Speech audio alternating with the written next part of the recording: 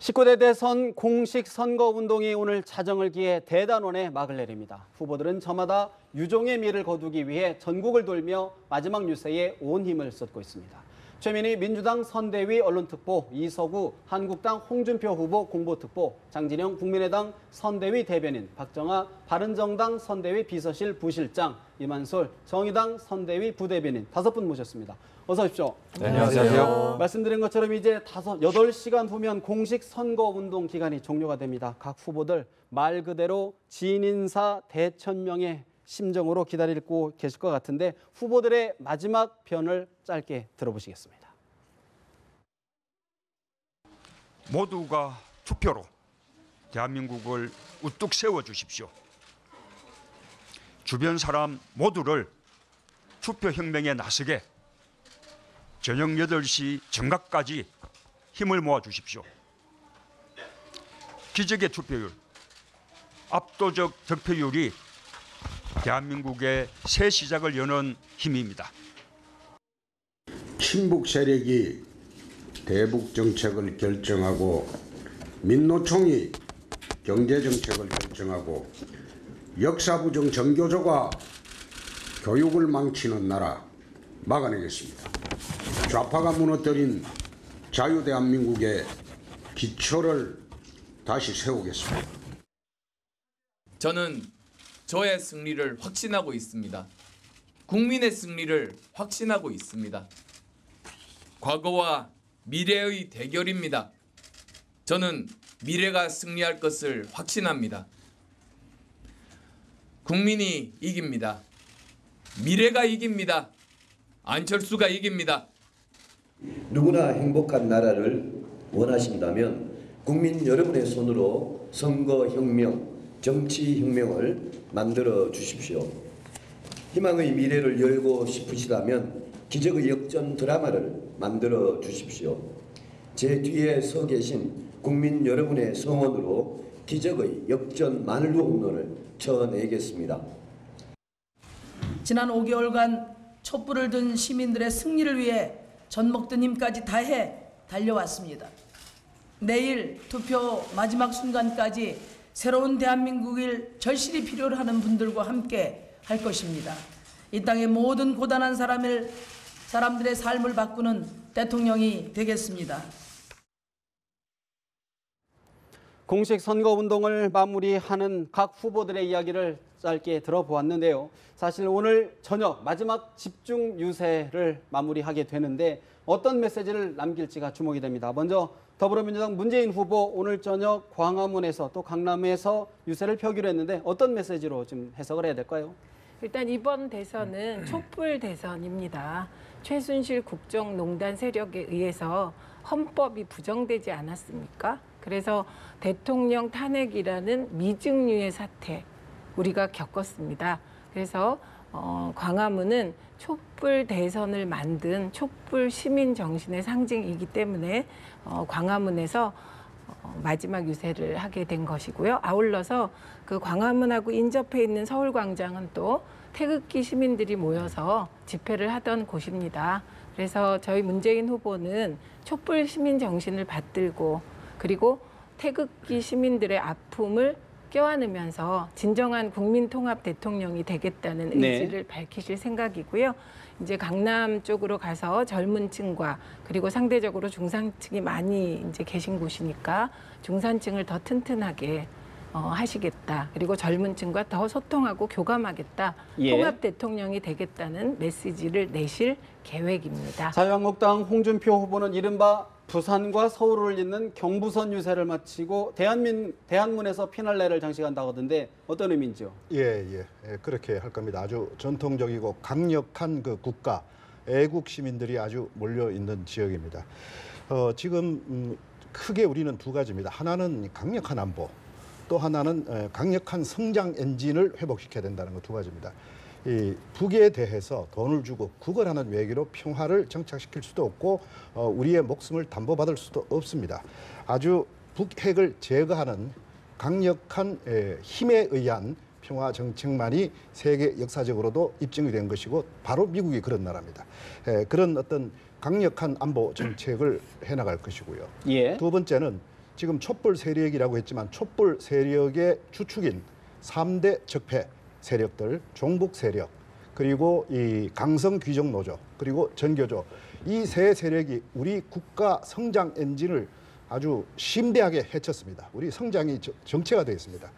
이 3대 적폐 세력을 척결을 합니다. 그렇게 해서 기업들이 정말 신나게 길을 받아서 일자리를 만들어내고 청년들은 거기에서 많은 일자리에서 신명나게 다시 한번 성장 엔진이 가동되는 대한민국을 만든다. 그리고 서민 삶은 뭐 담배값 네. 당연히 환원시키고요. 그다음에 복지는 정말 필요한 분들한테 맞춤형으로 갑니다. 인구 절벽을 위해서는 육아, 뭐 출산 이런 거는 국가가 다 하는 뭐 이런 정책입니다. 알겠습니다. 국민의당 안철수 후보 이른바 뚜벅이 유세를 대전에서 마무리하고 또 시작도 대전에서 했는데 어떤 의미인가요? 네. 후보 중에 유일하게 서울이 아니라 대전에서 마무리 유세를 하게 되는데 두 가지 의미가 있습니다. 미래와 통합, 이 두 가지 메시지를 국민들한테 드리고 싶다는 겁니다. 대전은 첨단 과학기술의 상징 아닙니까? 안철수 후보가 4차 산업혁명 말씀을 많이 하셨습니다. 미래를 준비할 수 있는 유일한 후보다라는 점을 부각시키고 강조하기 위해서 대전이라는 그런 곳을 택했고요. 그다음에 대전은 이제 우리나라의 딱 가운데 있는 그런 곳입니다. 지역적인 통합을 의미하는 그런 곳이고요. 또 뿐만 아니라 이제 정치적인 통합의 시대를 열어야 된다. 이런 말씀을 드리고 싶은 겁니다. 우리나라 양당 체제, 우리나라도 프랑스 못지않게 5, 60년간 지속되어 온 그 좌우 대립과 갈등과 분열, 이 시대를 종식시키고 이제는 새로운 세력으로 통합과 화합의 시대를 열어서 제대로 일하는 정부, 일하는 국회를 만들어야 된다. 프랑스에서 마크롱 대통령이 이제 당선이 됐다는 소식이 들려왔습니다. 프랑스도 이렇게 좌우 대립 정당 양당 구조를 깨고 국민들이 의석 한 석도 없는 그런 마크롱 후보를 선택해서 새로운 도전을 하고 있습니다. 이것이 네. 시대적인 흐름이고 시대 정신이다 이렇게 봅니다. 우리 대한민국의 국민 여러분들도 이제는 과거와의 단절 그리고 새로운 시대를 열어야 된다. 미래와 변화 그리고 통합을 선택해 주실 것이라고 믿습니다. 바른정당 유승민 후보 오늘 대학가 광화문 명동에서 대미를 장식한다는 그런 일정을 세우고 있는 거죠? 그렇습니다. 이제 광화문 명동 거쳐서 늦은 시간에 이제 홍대까지도 갔다 오려고 추가 일정을 잡았는데요. 저희는 인천에서 상륙 작전을 하면서 시작을 했습니다. 그동안 어렵고 외로운 길을 걸어왔는데 이제 막판에 와서 우리 유권자들이 그 유승민 후보의 진면목을 보고 새로운 변화가 밑바닥부터 일어난다고 생각하고 있습니다. 그래서 그 유승민 후보가 가고자 하는 길에 여러분들이 도와주십사 하는 바람을 담아서 소신껏 유승민을 찍으면 기적이 온다라는 메시지를 던지면서 최후의 순간까지 최선을 다하고자 합니다. 알겠습니다. 정의당 심상정 후보 신촌에서 12시간 촛불 유세인데 어떤 메시지를 전할 계획인가요? 네, 저희가 정확히는 필리버스킹이라고 네이밍을 해봤습니다. 필리버스터와 버스킹의 이제 합성어 정도로 이해하시면 되겠는데요. 저희가 사실 최근에 심상정 후보의 지지율 급상승세를 감안하면 저희도 뭐 다른 후보들처럼 이렇게 막판에 대규모 군중 동원식의 마지막 유세를 저희도 충분히 가능하다는 이 캠프 내부의 판단은 있었습니다만 마지막까지 정말 정의당다운 그리고 심상정 후보다운 마지막 피날레 유세의 방식이 어떤 걸까를 고민을 했을 때 제일 중요한 것은 역시나 공감과 소통을 기반으로 한 마지막 유세가 가장 적절하겠다라는 내부적 판단이 있었습니다. 특히나 심상정 후보가 20대 젊은 여성들, 청년들 그리고 이 젊은 청년과 여성들이 5, 60대 부모님들에게 나의 자식의 미래를 위해서 심상정을 찍어달라고 호소하는 이런 공감을 이끌어내는 바탕을 저희가 잘 떠올려 봤을 때 네. 마지막 유세 역시 이 시민들과 특히 젊은 20대 청년들과 함께 이야기를 나누고 그들과 소통하는 방식의 유세를 펼치는 것이 가장 좋겠다. 그래서 저희가 필리버스터 그리고 버스킹에서 네. 필리버스킹으로 12시간 진행하고 현재도 이 시각에도 좀 신촌에서 진행하고 있다는 말씀드립니다. 알겠습니다. 각 후보 캠프들의 마지막 변을 좀 잘 들어봤는데 사실 이번 19대 대통령 선거 조기 대선으로 치러지다 보니까 여러 가지 논쟁 또 여러 가지 관전 포인트가 있는데 최대 관전 포인트는 막판 보수 대결집이 이루어지느냐라는 평가가 많습니다. 먼저 문재인 후보 이야기를 좀 들어볼까요? 사실 후보 측에서는 압도적인 지지를 좀 해달라 좀 이런 이야기를 하고 있는데 막판 보수 대결집 어떻게 전망하시는지요? 저는 뭐 여러 번 말씀을 드렸는데요. 이 보수 표심이 계속 이제 떠다니던 표심입니다. 그런데 이제 최근의 여론조사 흐름을 보면 이제 홍준표 후보 캠프와 안철수 후보 캠프가 문재인 후보하고 박빙이다. 그러면 다 합치면요 125%가 되더라고요. 그래서 산술적으로요. 네, 그렇게 되기 때문에 그건 이제 약간 각자 다 부풀려진 측면이 있다고 봅니다. 근데 저희가 이렇게 흐름을 보면 사실은 보수 쪽에서 유승민 후보가 좀 오르고 있습니다, 지금. 그리고 이거는 굉장히 정당한 흐름이라고 생각을 해요.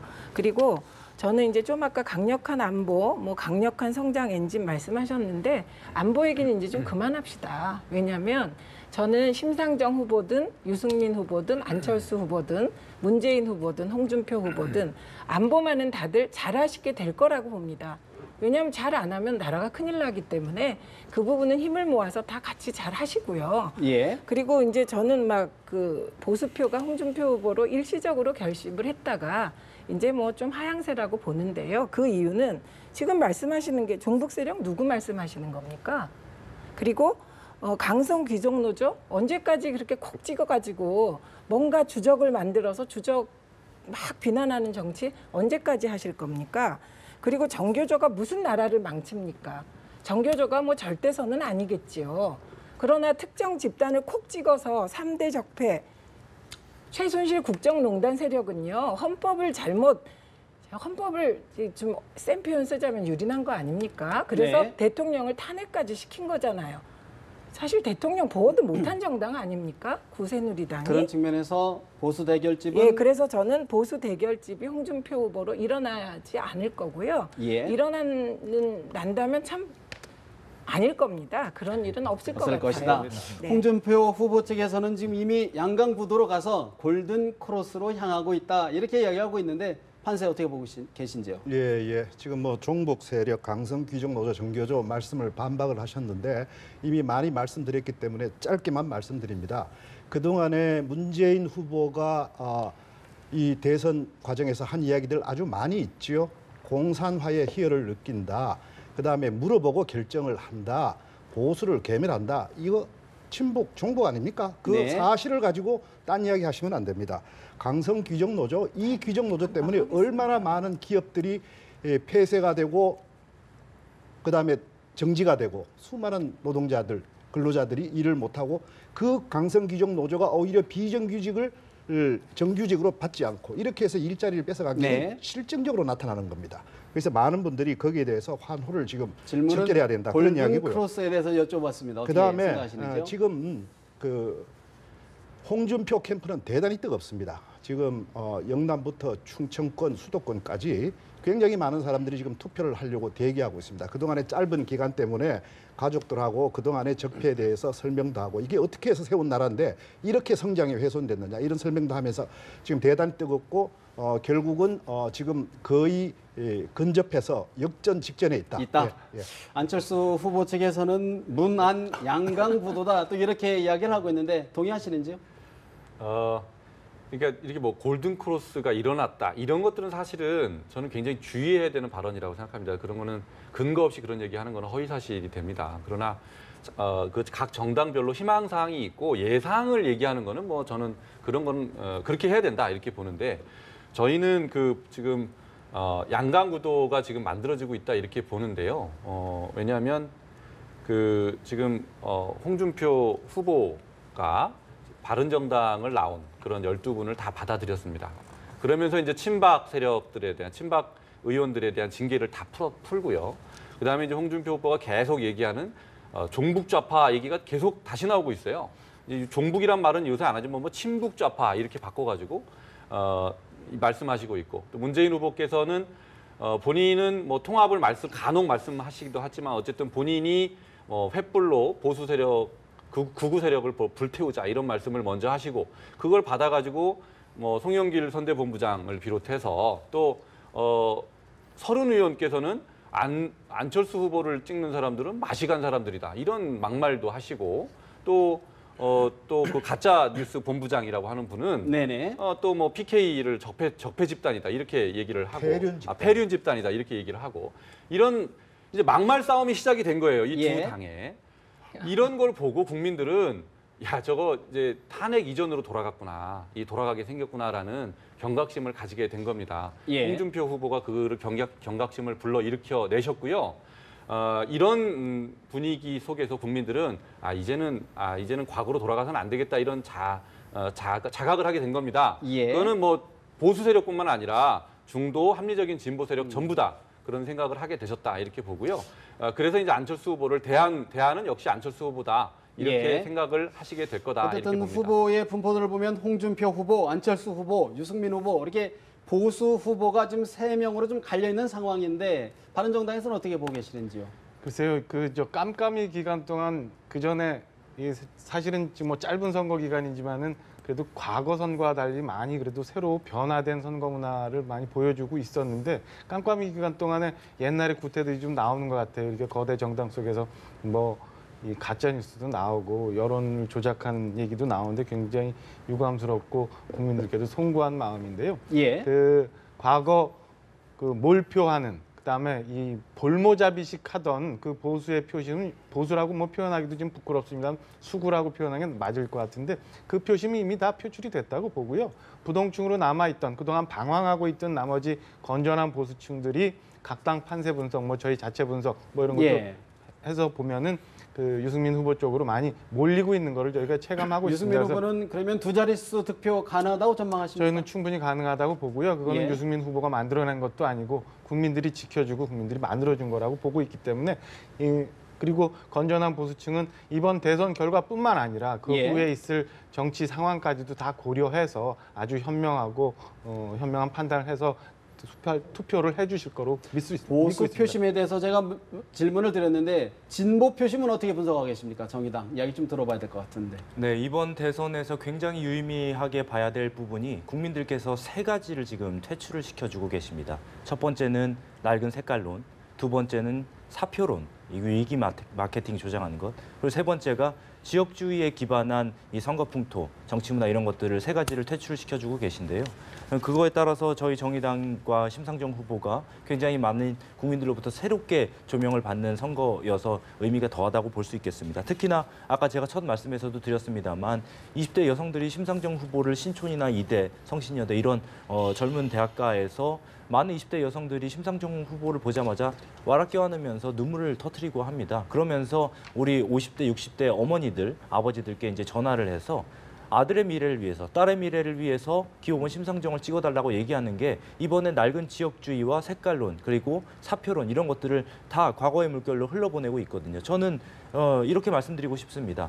기존에는 내가 전라도이기 때문에 어느 당을 찍는다. 내가 경상도 출신이기 때문에 어느 당을 찍는다. 근데 요즘은 50대, 60대 이 부모님들께서, 어르신들께서 우리 아들, 딸이 심상정을 찍어달라고 하니 내가 찍어줘야겠다. 이게 굉장히 좀 우리나라의 이 대한민국의 정치 자체가 진일보하는 새로운 계기를 정의당과 심상정 후보가 만들어내고 있기 때문에 보수 표심이 결집하면 오히려 사표 심리가 더 강해질 수 있다. 이런 분석이 나오는데 어떻게 보시는지요? 국민들께서 상당히 면역이 생기셨습니다. 예전에는 그렇게 뭐 예를 들어서 심상정을 찍으면 뭐 누가 된다, 누가 안 된다 이렇게 얘기하는 거는 사실 후보 스스로 굉장히 자신이 없거나 혹은 그 캠프의 관계자들이 우리 후보가 좀 국민들께 내놓기에는 부족함이 있다 이런 것을 감안해서 그런 것들 위기 마케팅을 조장하는 건데요. 알겠습니다. 국민들께서 이제 면역력이 상당히 많이 생기셔서 그런 거에 별로 흔들리지 않으십니다. 사실 이제 투표를 하루 앞두고 여러 가지 이제 돌발 이슈들이 좀 곳곳에서 불거지는 건데 좀 전에 이야기도 있었는데 문재인 후보 측의 문용식 가짜뉴스 대책단장이 폐륜 집단 이런 이야기를 해가지고 좀 논란이 되고 또 사임하는 일이 있었는데 민주당 이야기를 좀 들어봐야 될 것 같습니다. 어떤 생각, 입장이신지요? 예, 저희 문용식 단장 잘못했습니다. 표현을 잘못했고요. 국민 여러분께 매우 송구하게 생각합니다. 그리고 특히 부산 경남 지역을 저희 남편 고향이기도 하고 저희 집안이기도 한데 아주 저도 기분이 안 좋았거든요. 네. 정말 죄송하게 생각합니다. 그런데 이제 본인은 그 표현의 이제 실수를 책임지고 물러났습니다. 그리고 애초 얘기하려던 뜻은요.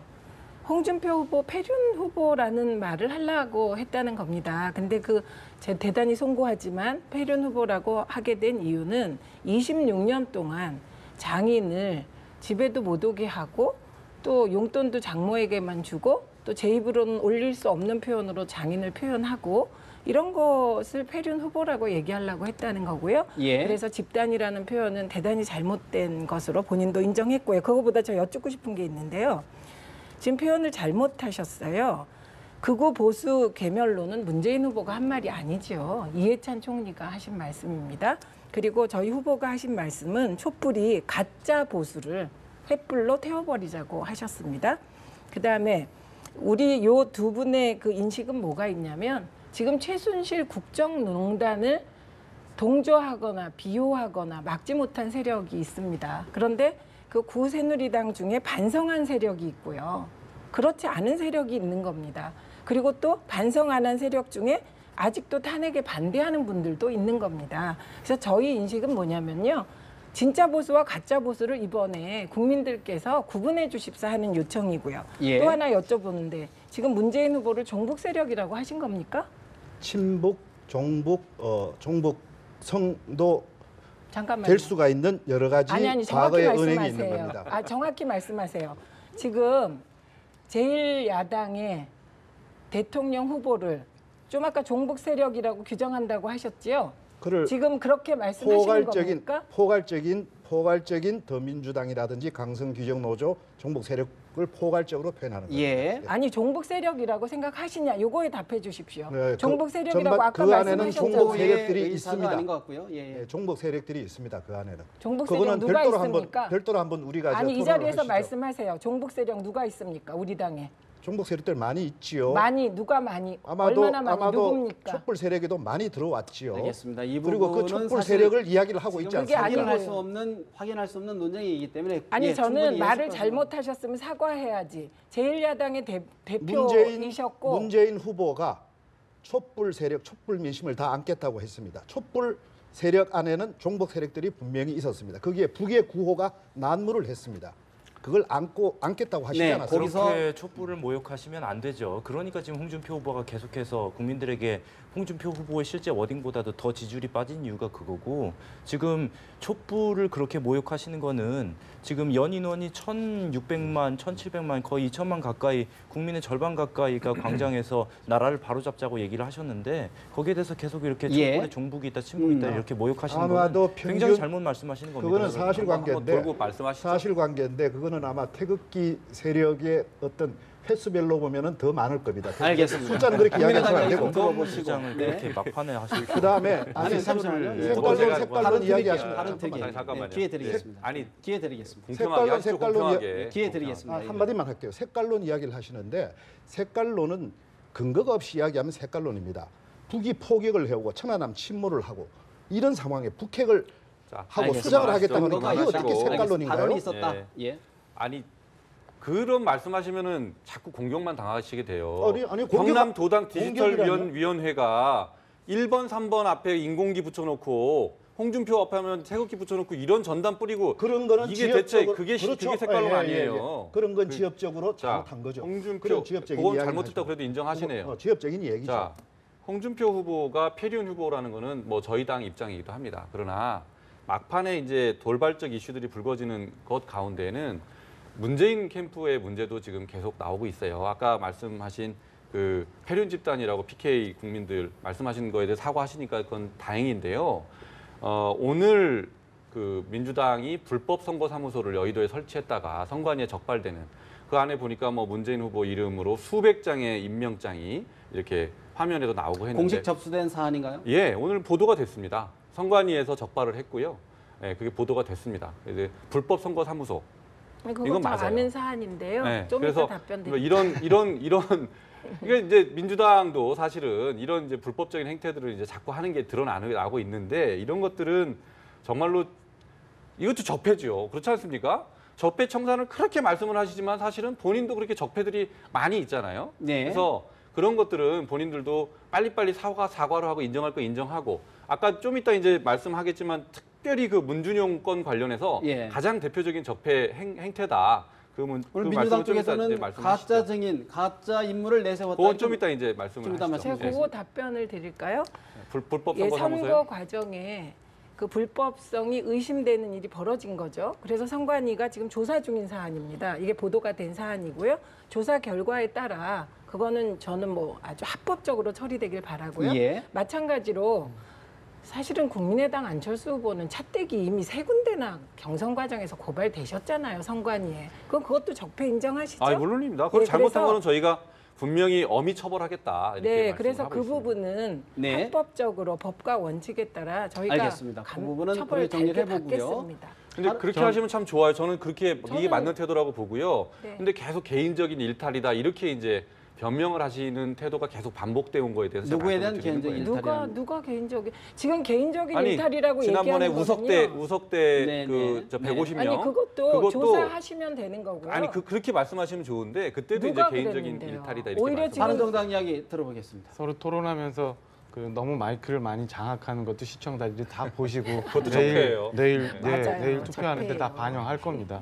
저는 그 민주당이나 뭐 자유한국당이나 사실은 이 건에 대해서 말할 자격이 없다고 좀 말씀을 좀 드리고 싶은데요. 우선은 그 우리 저기 민주당에서도 폐륜 뭐 이런 말씀 하시고 앞에서는 통합 얘기했는데 또 다른 자리에 가서는 적폐청산 얘기하시고 뭐 이런 건에 대해서는 그 지탄을 좀 받으셔야 될 거라고 보여지고요.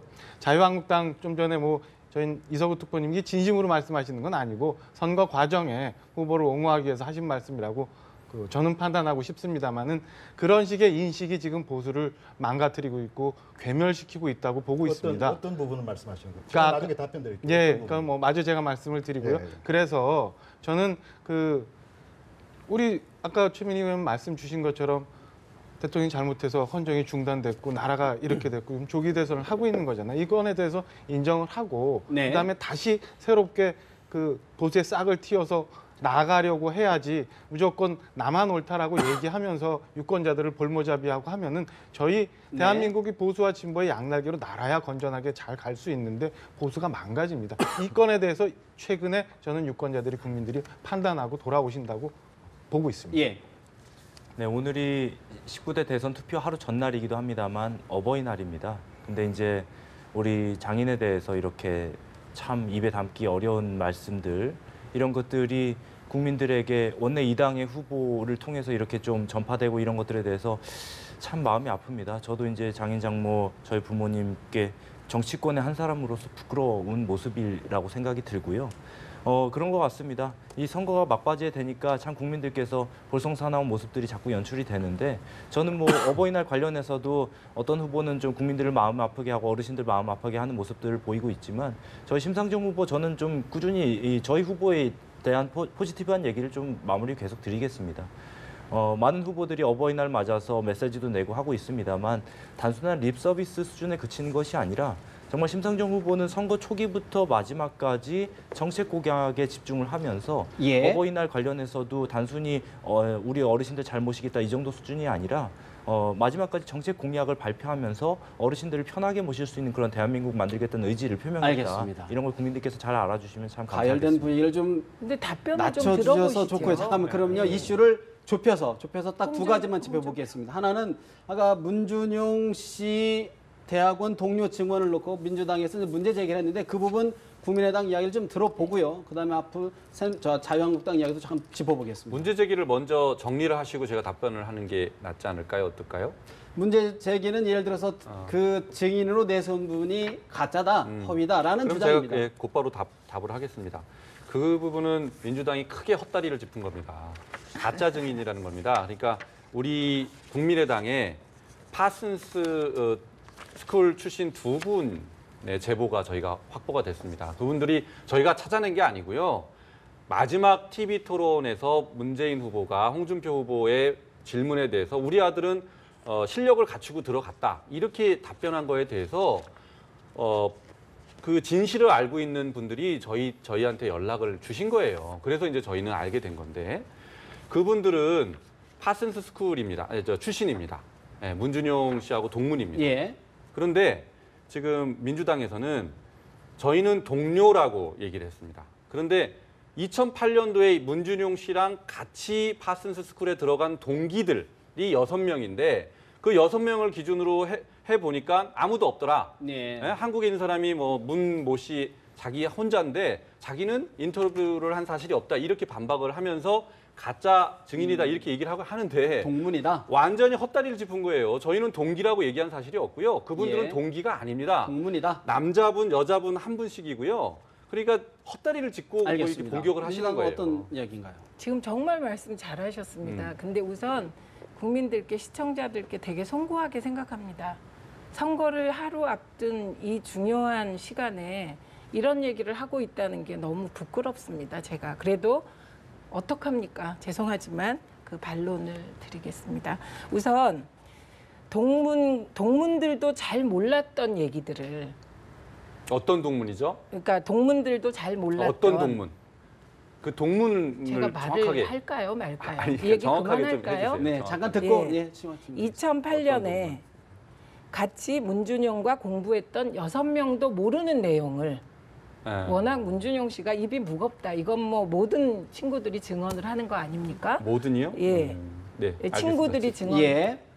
죄송합니다. 말씀해 주십시오. 예. 그렇게 죄송합니다.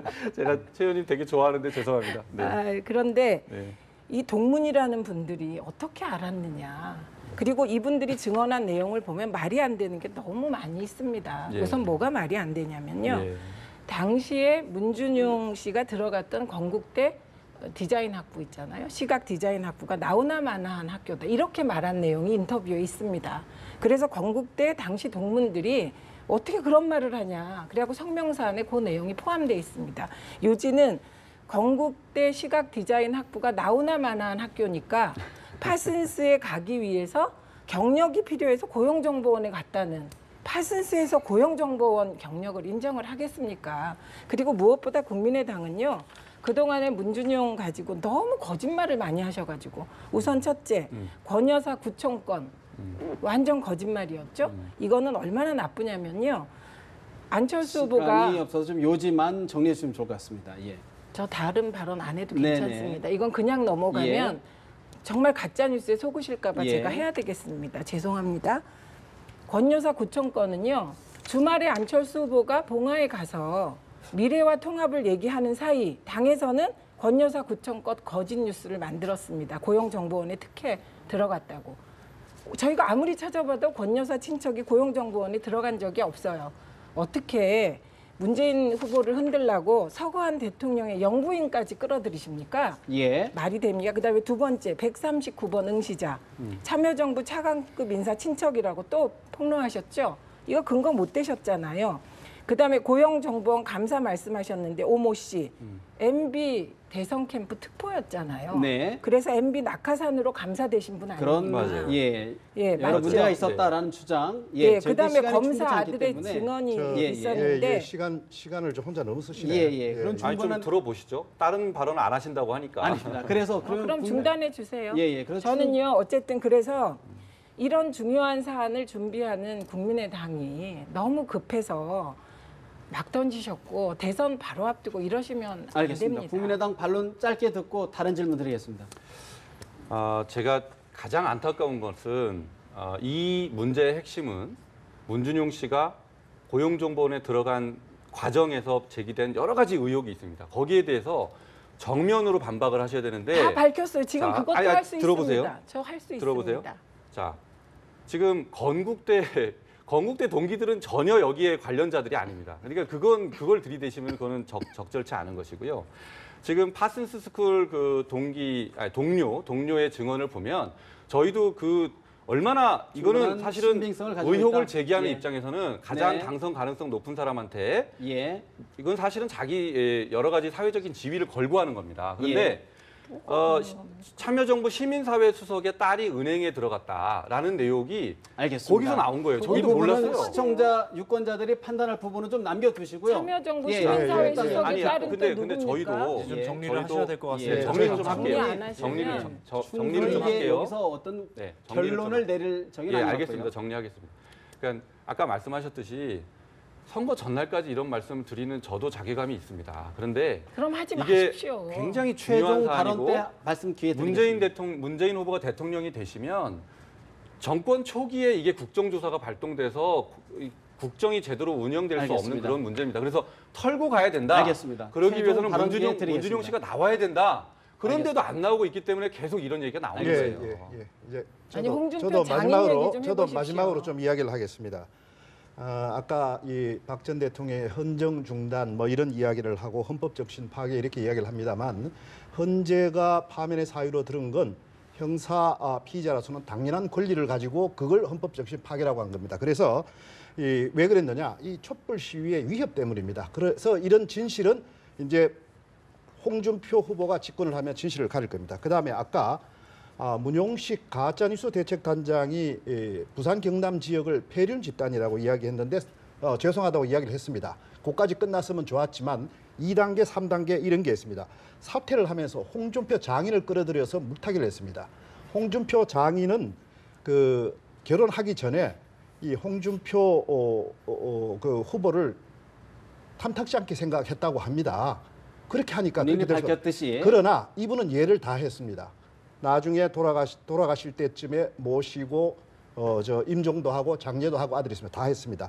이런 얘기들 오히려 더 좋은 네. 이야기인데 그 앞에 가면 꺼내서 알겠습니다. 물타기를 계속 시도했다는 게 아주 안 좋은 이야기고 그다음에 지금 이거는 저희들이 조사하고 있습니다만은 홍준표 이 장인 해가지고 예. 댓글 부대가 동원이 돼서 이걸로 실시간 알겠습니다. 검색어를 막 상위로 올리고 이건 저희들 조사 중입니다. 이건 아마 고발이 들어갈 것 같습니다. 마무리 발언으로 드려야 될 것 같습니다.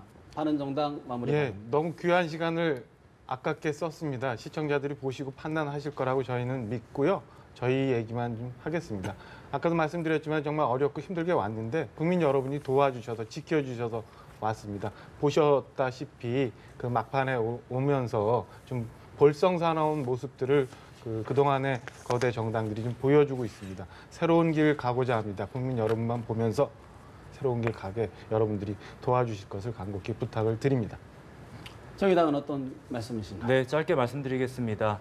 심상정 후보가 지지율이 급상승하고 정책 공약 토론에서 모두가 국민들과 전문가들로부터 1등이라고 평가를 받았던 이유는 저희 정의당과 심상정 후보는 5명의 후보와 정당 중에서 유일하게 타 후보에 대한 네거티브 공격을 한 번도 한 적이 없었습니다. 왜냐하면 그 시간이 정말 아까워서 그 시간에 우리 후보의 정책 공약을 2번, 3번 다시 한번 점검하고 예. 다른 후보들의 정책 공약을 숫자 하나까지 살펴보느라고 그렇게 클린한 정책 선거를 벌였기 때문에 저희가 정책 공약 토론에서 1등을 할 수 있었고요. 그런 것들이 막판까지도 저희는 흔들림 없이 그 기조를 유지해서 국민들로부터 아주 정당하고 공정한 평가를 받기 위해서 예. 마지막 남은 시간까지 최선을 10초씩 다하겠다는 마무리 말씀 발언 드리겠습니다.